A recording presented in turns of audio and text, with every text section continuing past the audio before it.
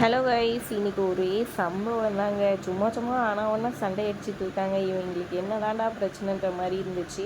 காலைல எல்லாரும் சேர்ந்து ஏதோ டாஸ்க் மாதிரி லிவிங் ஏரியாவில் நின்றுட்டு மொத்தமாக ரவுண்டாக சுற்றி நின்றுட்டுருக்காங்க. அப்போ நம்ம தர்பூசணி பழம் தர்மத்தின் வாழ்வுதனை சுதுக்கவும் அந்த இது சொல்லிட்டு அதுக்கான அர்த்தத்தையும் சொல்லிட்டுருக்கிறாரு. 2-3 வாட்டி ரிப்பீட்டடாக சொல்லிட்டுருக்க போதும் போதுன்ற மாதிரி சொல்கிறாங்க. அதில் வினோத் சொல்கிறது நம்ம தலைவன் கவனிச்சிட்டு, நீ யார் என்னை போதும் போதும்னு சொல்கிறதுக்கு, எப்போ பாரு இப்படியே தான் பண்ணிகிட்ருக்கு, நீ என்ன சொல்கிறது, என்ன சொல்கிறதுக்கெல்லாம் யாருக்கும் ரூல்ஸ் இல்லை அப்படி இப்படின்னு சொல்ல வினோத் எவ்வளோ சொல்கிறார்.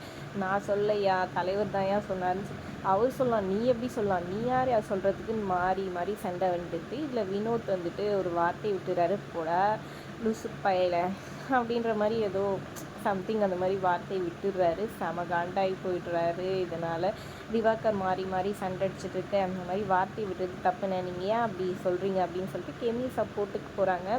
ஏமா அந்தாலும் என்ன சொல்லும் போது நீ கம்முன்னு இருந்தியா, அப்போ மட்டும் நல்லா இருந்துச்சான்ட்டு வினோத் ஒரு பக்கம் கெமிக்கிட்டையும் சண்டைக்கு போகிறாரு. இப்படி மாறி மாறி ஆர்கியூமெண்ட் போயிட்டுருக்க பிரவீன் நடுவில் பூண்டு, அண்ணா ஒரு நிமிஷம் வானேன், நீ இந்த மாதிரி வார்த்தை விடக்கூடாதுன்னா இந்த மாதிரி மரியாதையே பேசினேன், இனிமேல் இந்த மாதிரி பேசக்கூடாது. அதே மாதிரி திவாகரனை நீயும் வாய் விடக்கூடாது. சரி 2 பேரும் மன்னிப்பு கேட்டுங்க, கை கொடுங்கன்னா முடியவே முடியாது, 2 பேரும் விடாப்பிடியாக நிற்கிறாங்க. சரி ஓகே, தனித்தனியாக கிளாப் பண்ணி தொலைங்க அப்படின்ற மாதிரி ஏதேதோ பண்ணி கன்வின்ஸ் பண்ணி அந்த மேட்ரை முடிச்சு விட்டார் பிரவீன்.